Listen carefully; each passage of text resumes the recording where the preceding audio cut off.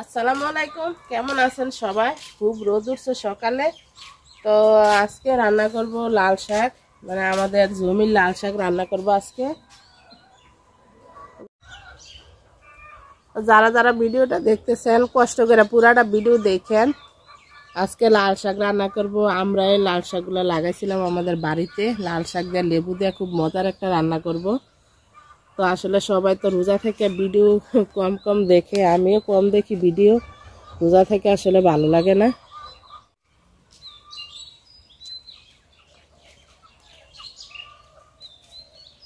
এই যে দেখেন লাল শাক, মানে যে পুকুর ছিল পুকুরটা বইরা লাল শাক এগুলা।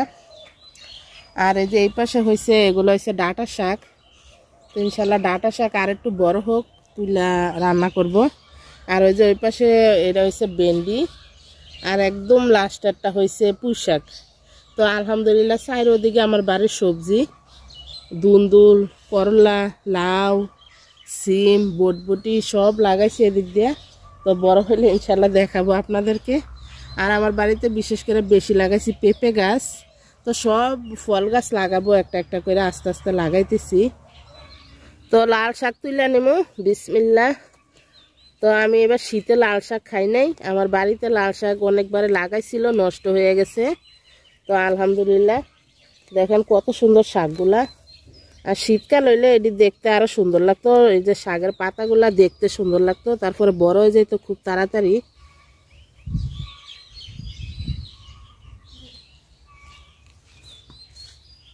খুব ভালো লাগতেছে শাক তুলতে। সকালবেলা এখনো কুয়াশা আছে, গরম হইলে কি।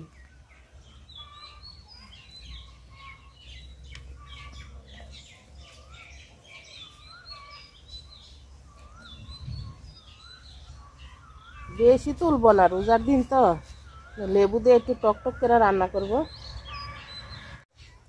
তো শাক দেখেন এই যে এগুলা তুলে নিছি অনেকগুলা। আর ক্ষেত দেখেন কতখানি হয়েছে, এই যে কতখানি ক্ষেত হয়েছে, অনেকখানি তুলছি।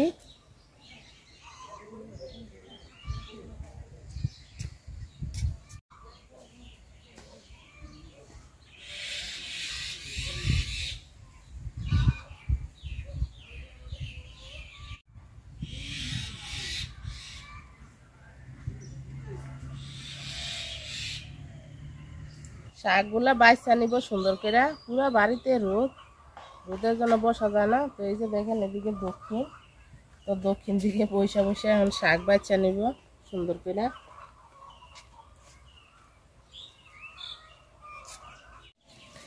তো শাক কাটা নিছি, শাক কাটা শেষ, বইছিলাম ওই পাশে টেবিলে, ওই পাশে রোদ হয়ে পড়ছে, আবার এখানে বইছি। তো ধুইয়া নিব শাকগুলা এখন। তো লাল শাক ধুইয়া পরিষ্কার করে নিছি, আর একটা লেবু কাটা নিছি, শুকনা মরিচ আর পেঁয়াজ রসুন দুইটা কাঁচা মরিচ কাটা নিছি। তো পাতিল গরম হয়ে গেছে, তেল দিয়ে দিলাম শাক রান্না করার জন্য। কয়েকটা শুকনা মরিচ দিয়ে দিলাম।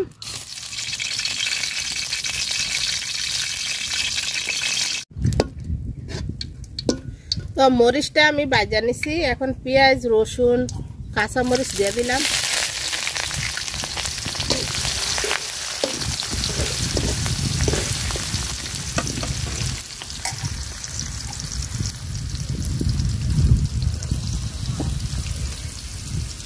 আজকে খুবই বাতাস, প্রচুর বাতাস আজকে, রোজার দিনে খুবই ভালো লাগতেছে আজকে।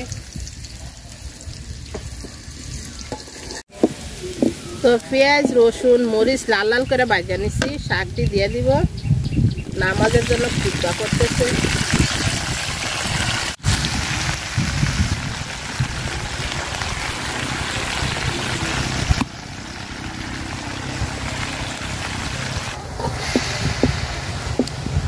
তো একটু লবণ দিয়ে দিব শাকে, লবণ দিলে শাক কইমা যাব।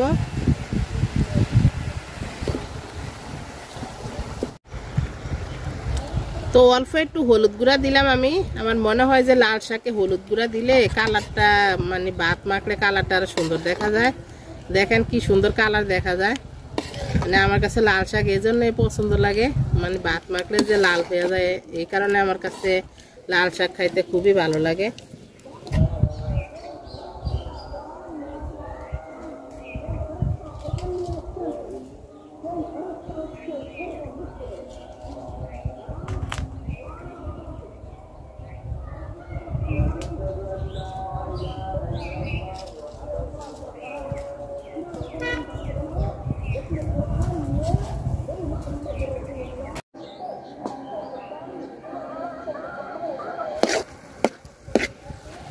তো শাক হয়ে গেছে, দেখেন শাক অনেকটা সিদ্ধ হয়ে গেছে।